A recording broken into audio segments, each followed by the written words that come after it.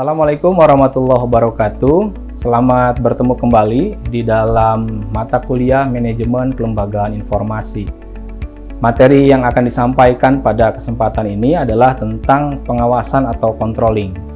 Pengawasan atau controlling ini adalah fungsi yang memegang peranan penting di dalam manajemen kelembagaan informasi.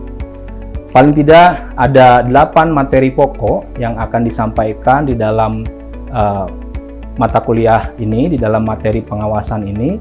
Yang pertama adalah tentang tujuan pengawasan, yang kedua manfaat pengawasan, yang ketiga unsur pengawasan, yang keempat proses yang dilakukan di dalam pengawasan, yang kelima adalah pengawasan kualitas, kemudian pengawasan kuantitas, dan juga tentang total quality management serta pengawasan alternatif.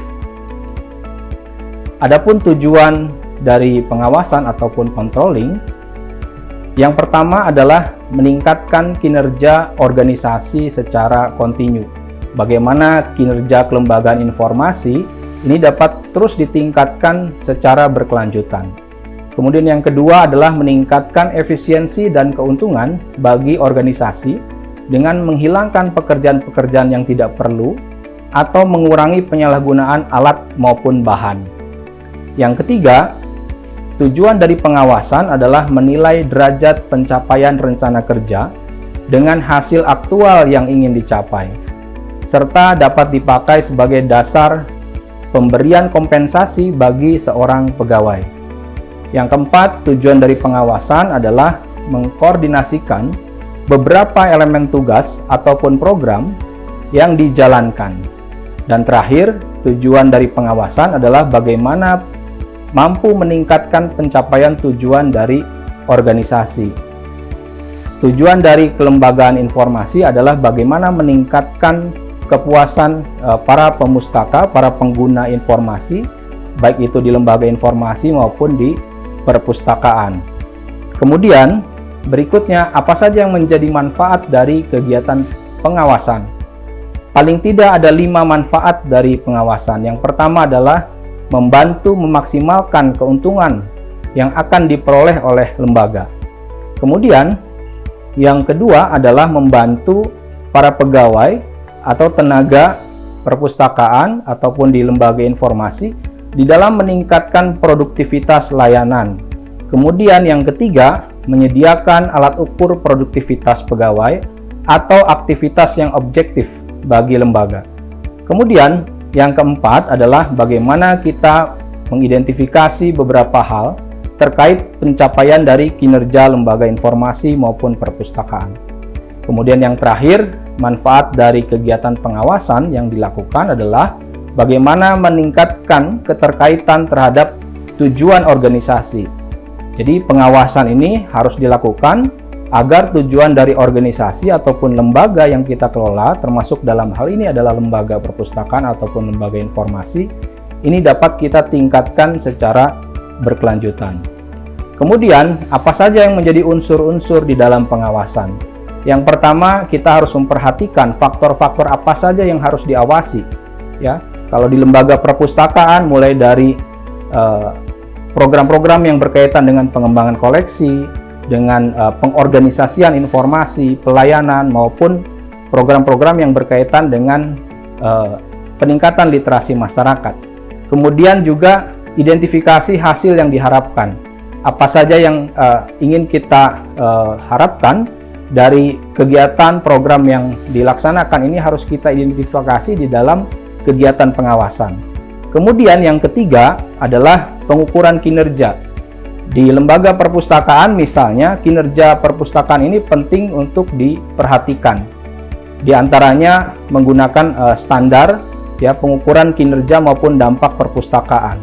Kemudian yang terakhir, unsur yang diawasi adalah aplikasi tindakan ataupun perbaikan untuk mengendalikan hal-hal yang menjadi temuan di dalam pengawasan. Kemudian apa saja yang dilakukan ya proses-proses di dalam melakukan pengawasan ini. Menurut Casio tahun 2003, paling tidak ada 3 proses di dalam mengawasi administrasi organisasi maupun kelembagaan, termasuk dalam hal ini lembaga informasi maupun perpustakaan. Yang pertama adalah bagaimana kita mendefinisikan parameter pekerjaan yang akan kita awasi. Kemudian yang kedua, bagaimana kita memfasilitasi kinerja yang hendak dicapai.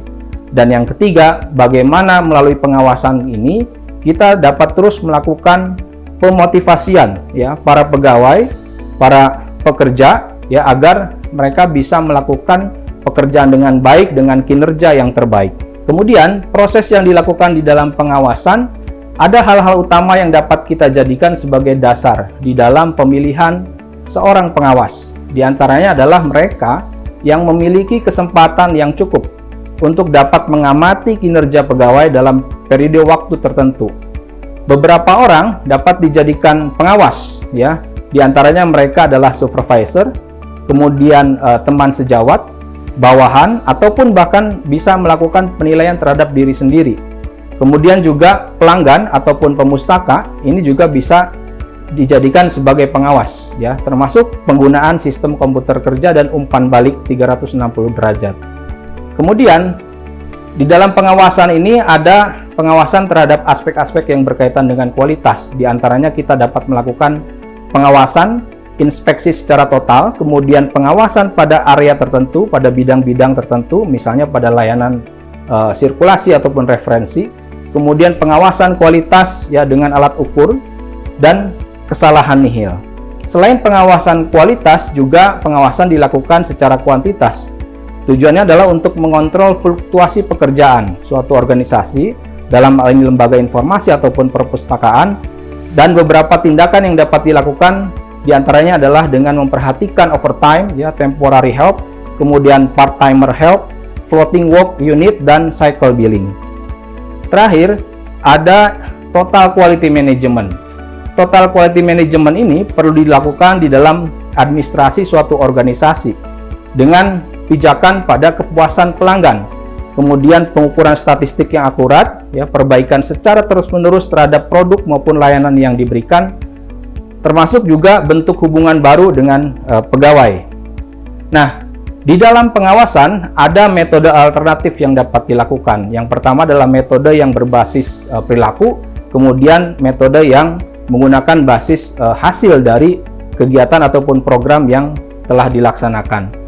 Nah, materi tentang pengawasan ini ya kiranya dapat memperkaya wawasan kita, pemahaman kita tentang bagaimana pengawasan ini kemudian dapat diterapkan di dalam penyelenggaraan perpustakaan maupun lembaga informasi. Demikian yang dapat disampaikan. Terima kasih. Selamat belajar.